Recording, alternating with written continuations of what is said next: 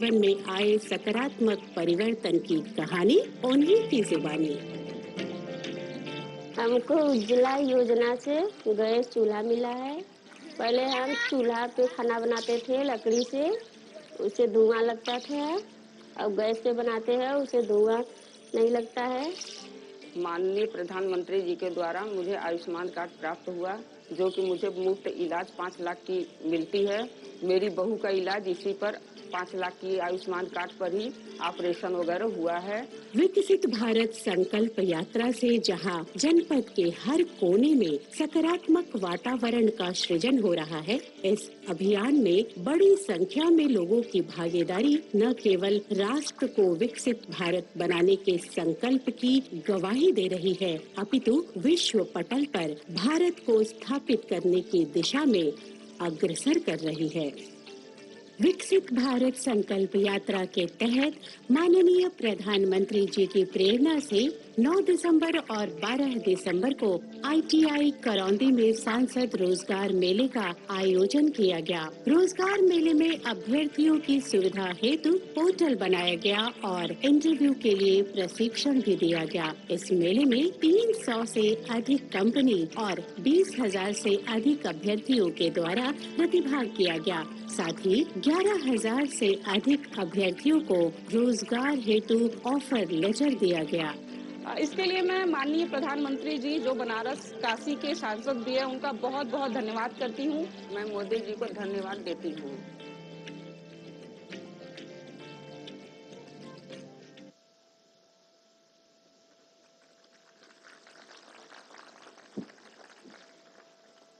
आज के कार्यक्रम की कड़ी में अगली जो हमारे मेरी कहानी मेरी जुबानी से मैं सादर आमंत्रित करती हूँ लखपति महिला श्रीमती चंदा देवी जी को कि वो आए और अपनी कहानी को अपनी जुबान से बयां करें।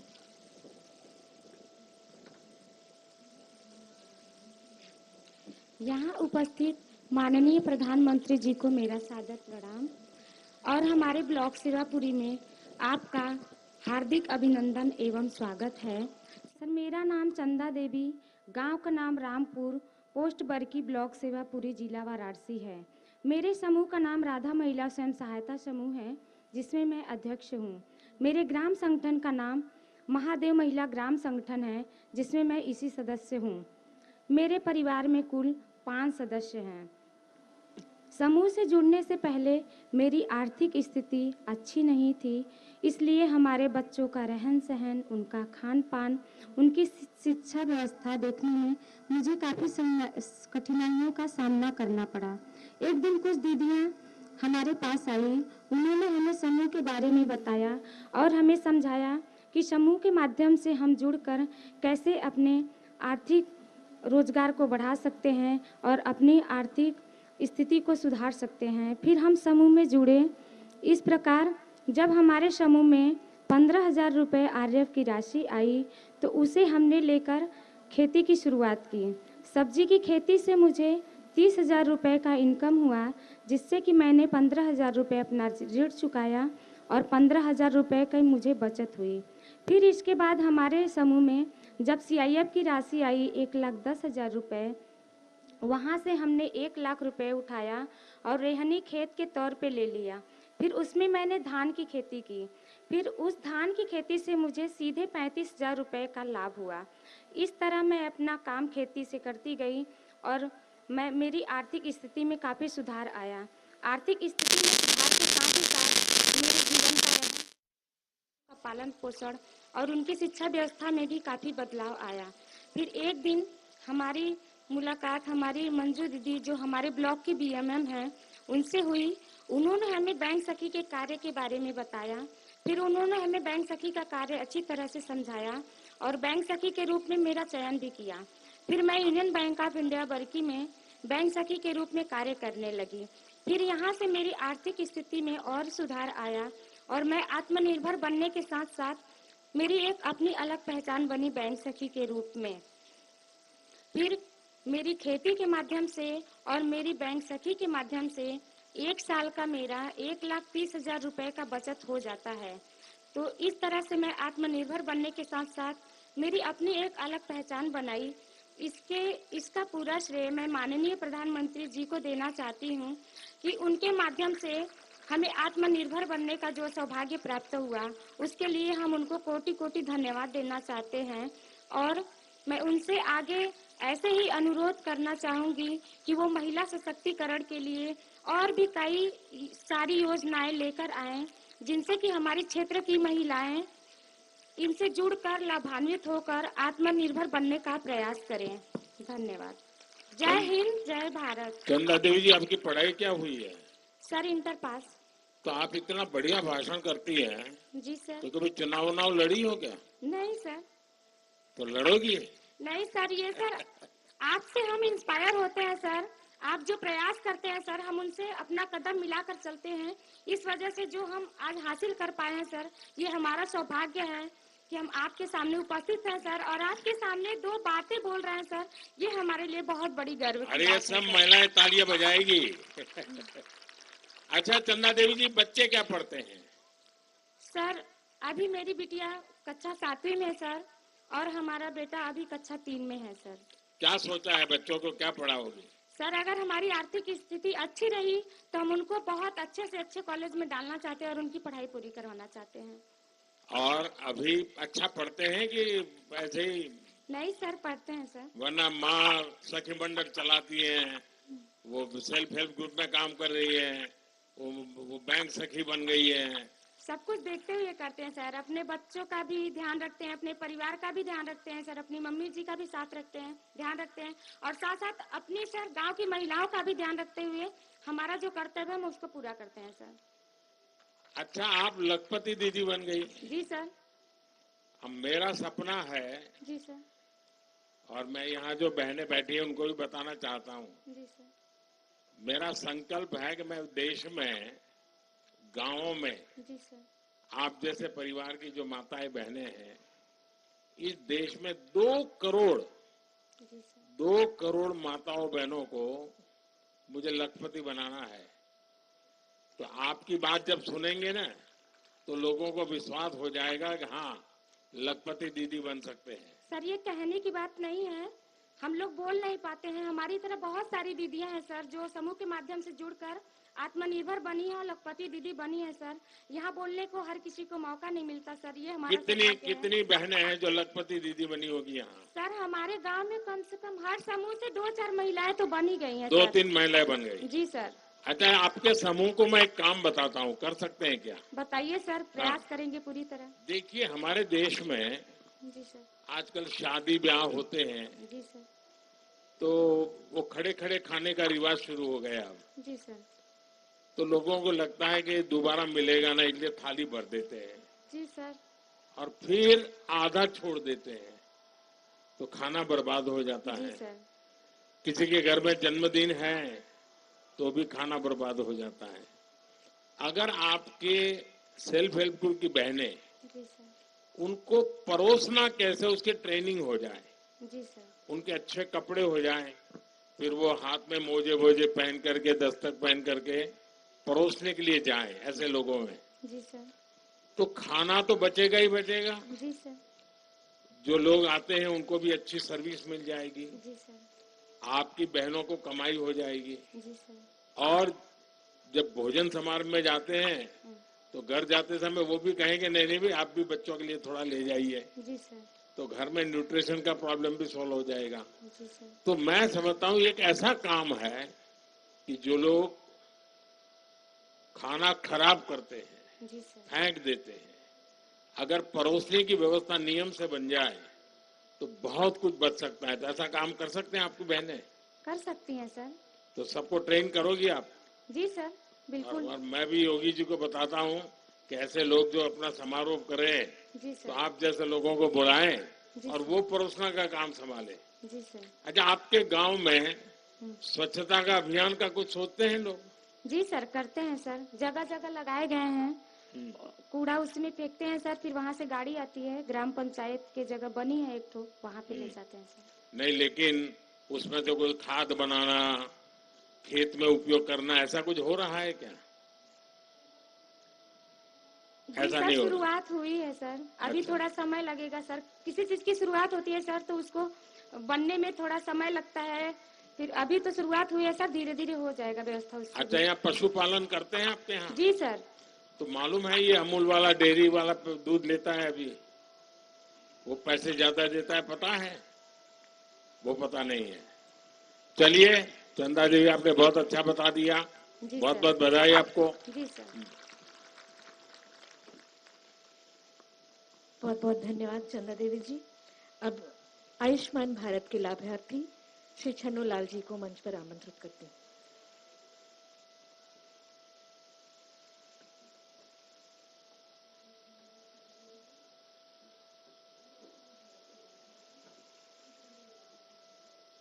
नमस्कार सर, मेरा नाम छन्नू लाल है।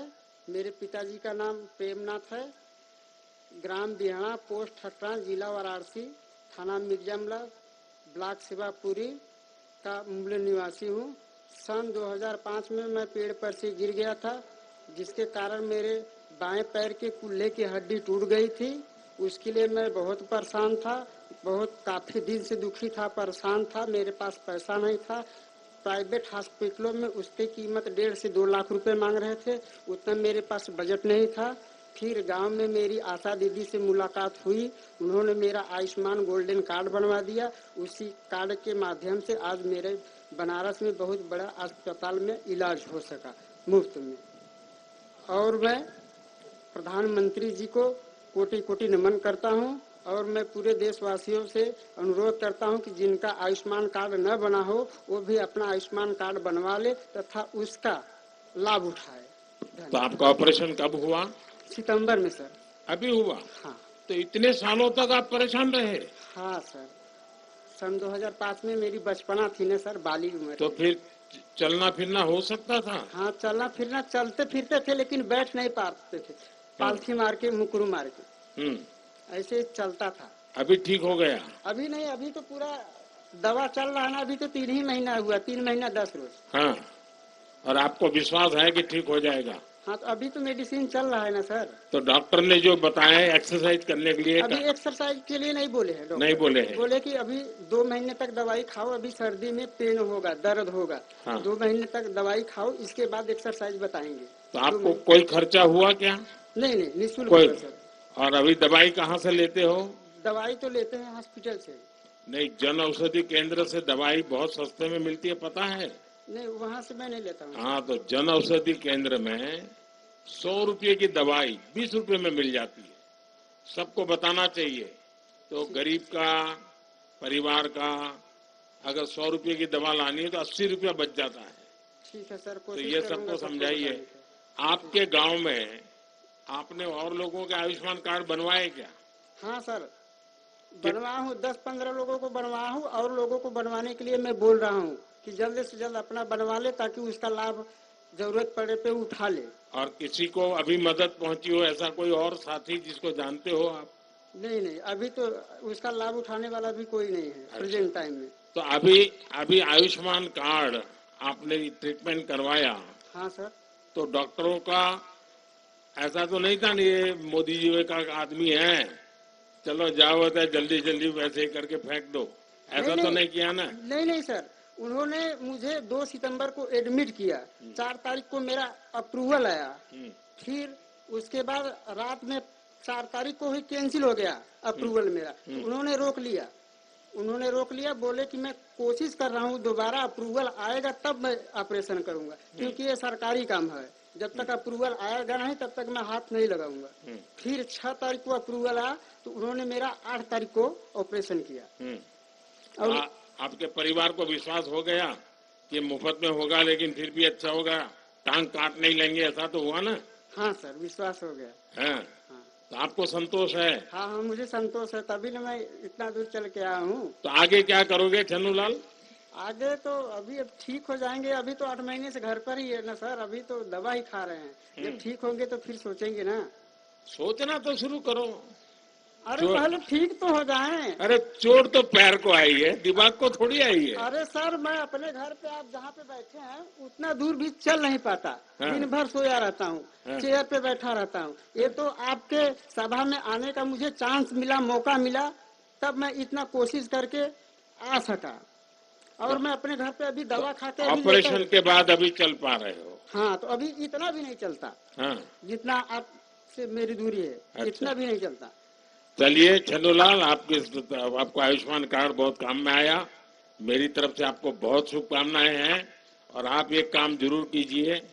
जितनों को भी जानते हैं उनको बताइए कि मोदी की गारंटी वाली गाड़ी आई है ना, हाँ तो आयुष्मान कार्ड बनवा दीजिए। जी सर। और कभी भी परिवार में किसी को भी मुसीबत आ जाए, हाँ हम तो कहेंगे कि भाई ना आए, लेकिन कभी आ जाए हाँ तो 5 लाख रुपए तक खर्चा जो है हाँ। मोदी कर देगा।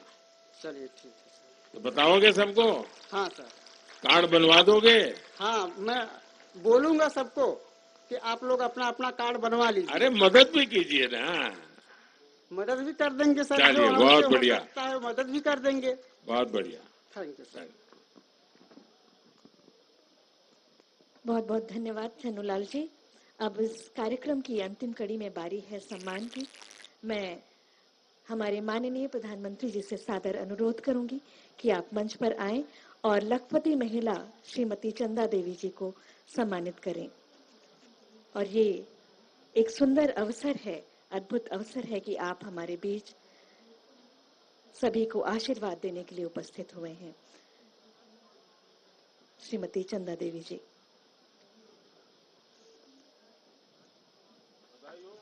जोरदार तालियों से इनका उत्साहवर्धन करें।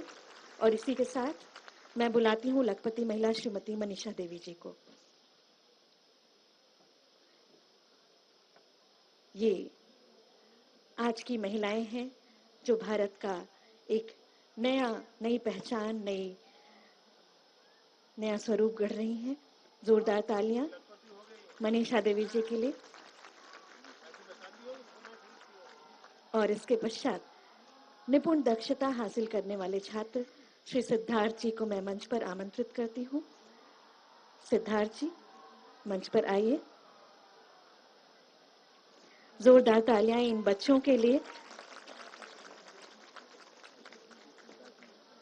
ये छोटे छोटे बच्चे हमारे भारत का भविष्य।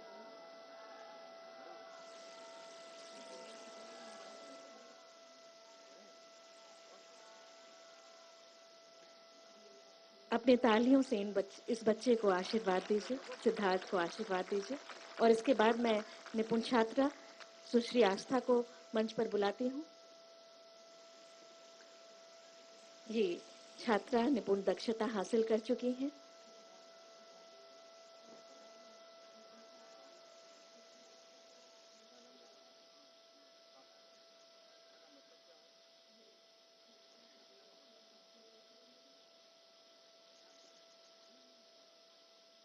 अपने तालियों से आस्था जी को आशीर्वाद दें। और अंत में स्थानीय कलाकार सुश्री अंतिमा को मैं मंच पर आमंत्रित करूंगी।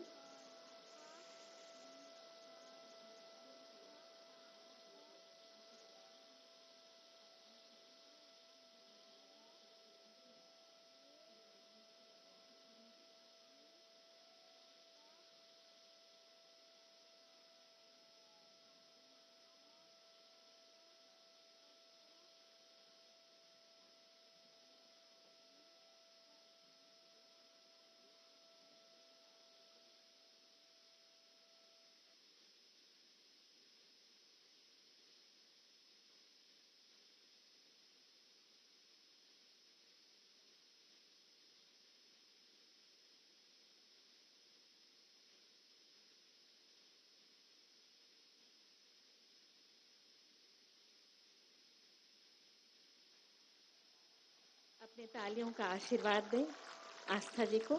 और अंतिम कड़ी में सुश्री अंतिमा, जो कि एकल नृत्य में प्रथम स्थान प्राप्त कर चुकी हैं काशी सांसद सांस्कृतिक महोत्सव में। जोरदार तालियों से इन्हें आशीर्वाद दें।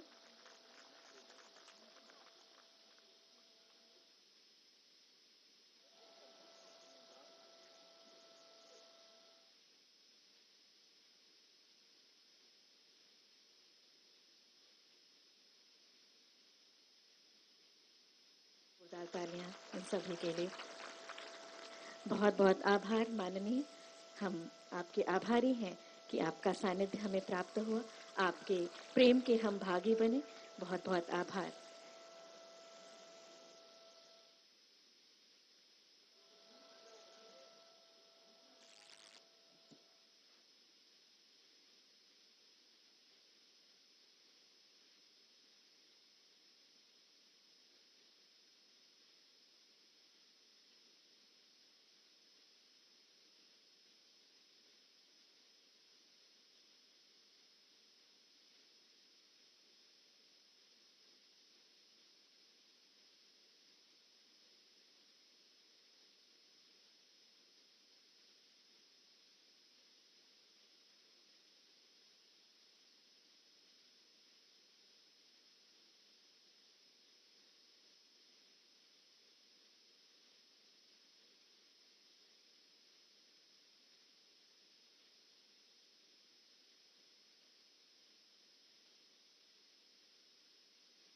जोरदार तालियां कर दीजिए माननीय के लिए कि उन्होंने हमारे लिए इतना अपना वक्त निकाला हमारे लिए।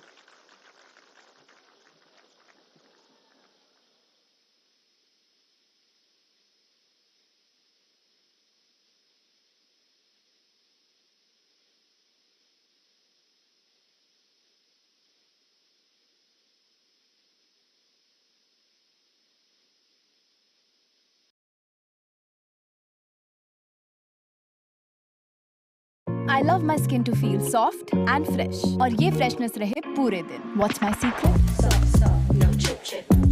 I love my skin fresh and fruity. No chip chip, no chip chip, only soft. Joy Skin Fruit Super Soft Moisturizer. हर दिन हर मौसम, no chip chip, only soft soft. Joy, beautiful by nature. जोरदार तालियों के साथ स्वागत कीजिए असम के मुख्यमंत्री हिमंता बिश्व शर्मा जी का। एजेंडा आज तक के इस मंच पर आपका बहुत स्वागत है सर। और आजकल वैसे भी बीजेपी के बहुत तेज